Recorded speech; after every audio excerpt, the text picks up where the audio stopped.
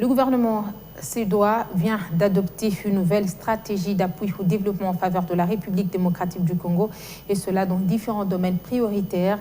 L'ambassadeur de la Suède en RDC l'a fait savoir lors d'une audience lui accordée par le gouverneur de la ville de Kinshasa. Les deux personnalités ont également échangé sur les questions prioritaires de la ville.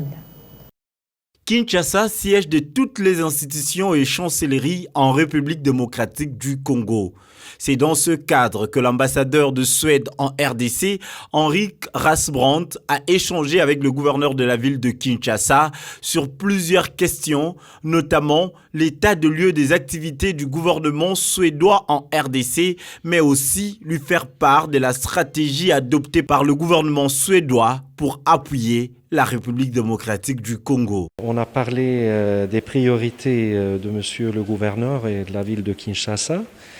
Et on a aussi parlé de la présence et des activités de la Suède ici en RDC dans différents secteurs à travers notre coopération au développement. On vient juste d'adopter une nouvelle stratégie pour la période 2021-2025 et on est actif par exemple dans le secteur de la santé des femmes, des filles et des jeunes. À en croire ce diplomate suédois, cette nouvelle stratégie renforce également la coopération dans le secteur de la santé, droits humains et lutte contre la corruption, dont Kinshasa sera bénéficiaire de plusieurs projets. Autre volet qui est plutôt société durable et paisible, et aussi dans le secteur d'environnement, climat, biodiversité, et énergie.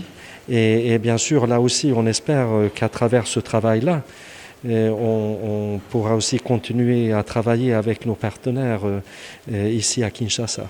Avec les efforts fournis par la Suède dans le secteur de l'environnement, le climat, la biodiversité et l'énergie ont aussi été abordés. Cette rencontre vient de baliser le chemin de la coopération avec Kinshasa dans le cadre de Kinbopeto, vaste programme de développement initié par le gouverneur Gentini Ngobila.